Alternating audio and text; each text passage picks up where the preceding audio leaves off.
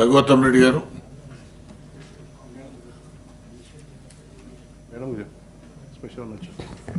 Sir ధన్యవాదాలు sir. మన రాష్ట్రంలో గ్రామీణ ప్రాంతాల్లో చదివేటువంటి విద్యార్థులకు ఒక నాణ్యమైన విద్యను అందించాలనే ఉద్దేశంతో మనం ఏర్పరచుకున్నటువంటి 194 మోడల్ స్కూళ్ళకు సంబంధించి ఈ వ్యవస్థ ప్రారంభించినప్పుడు ఏదైతే నియామకాలు జరిగినాయో అప్పటి నుండి ఇప్పటి వరకు ప్రమోషన్లు కానీ బదిలీలు కానీ కొత్తగా నియామకాలు కానీ చేపట్టలేదు సార్.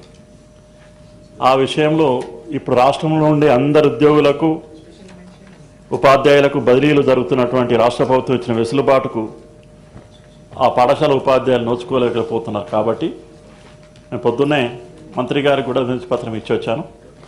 దయచేసి ఆ విషయంలో ఒక స్పష్టంగా, ఎందుకంటే డెడ్ లైన్ 30తో ముగుస్తున్నది, ఆ విషయంలో ఒక స్పష్టమైనటువంటి ప్రకటన ప్రభుత్వం తీసుకుని దాని మీద చర్యలు తీసుకోవాల్సిందిగా మీ ద్వారా ప్రభుత్వానికి కోరుతూ, అదేవిధంగా అన్ని డిపార్ట్మెంట్లలో మనం ఎప్పుడైతే ఉద్యోగుల నియామకమైన వాళ్ళు కంపాషనేట్ అపార్ట్మెంట్ అనేది అన్ని రకాల ఉద్యోగులకు మనం ఇస్తున్నాం సార్. ఇందులో 26 మంది ఉపాధ్యాయులు ఇప్పటికి చనిపోయి ఉన్నారు. ఆ విషయంలో కూడా వాళ్ళకు వెంటనే స్పందించి ప్రభుత్వం కంపాషనేట్ నియామకాలు కూడా ఇవ్వాల్సిందిగా మీ ద్వారా కోరుతూ thank you sir. Honourable minister. అధ్యక్ష, మోడల్ స్కూల్ సంబంధించి పొద్దున విజ్ఞాపన పత్రం ఇచ్చినారు. అది వాస్తవంగా మీరు కూడా నోట్ చేసుకోండి. Thank you.